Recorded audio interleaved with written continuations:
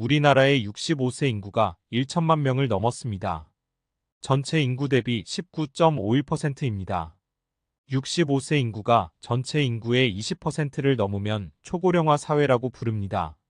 내년에는 우리나라가 초고령화 사회에 진입할 것입니다. 60세 정년 퇴직 이후에도 오랜 세월을 살아야 하는 시대에 살게 됐습니다. 그런데 많은 노인들은 노후 준비가 제대로 돼 있지 않습니다.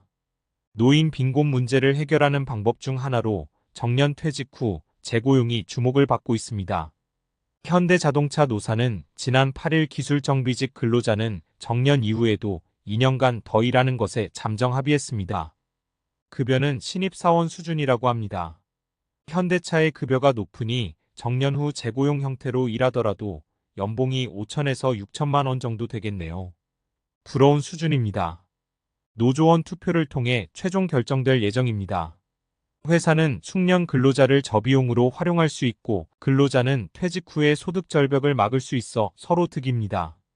6월 5일에는 경북의 안동병원이 올해부터 정년 후 재고용을 통해 최대 70세까지 일할 수 있도록 했습니다.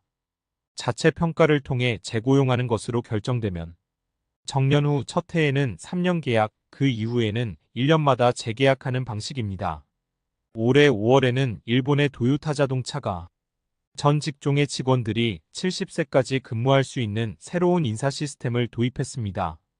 도요타의 인사 시스템은 노인 복지에 드는 비용을 줄일 수 있는 것이라 우리나라도 주목했습니다.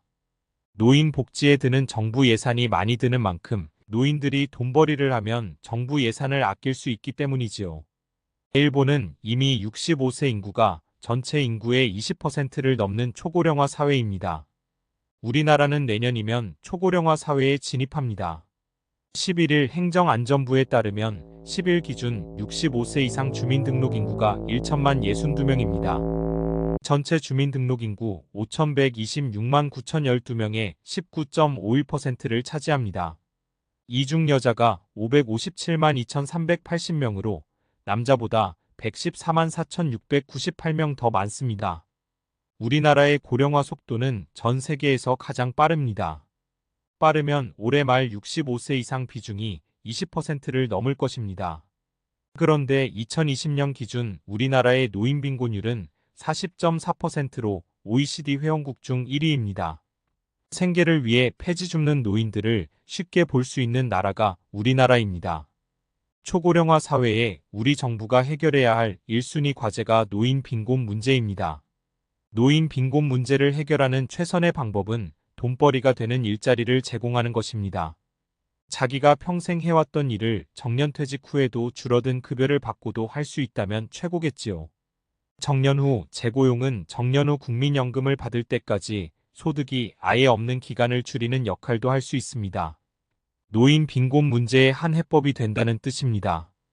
정년을 연장하는 것은 청년 일자리가 줄어드는 문제가 있는 데다 연공서열식 호봉제도 개선해야 하는 만큼 적지 않은 시간이 걸릴 것입니다.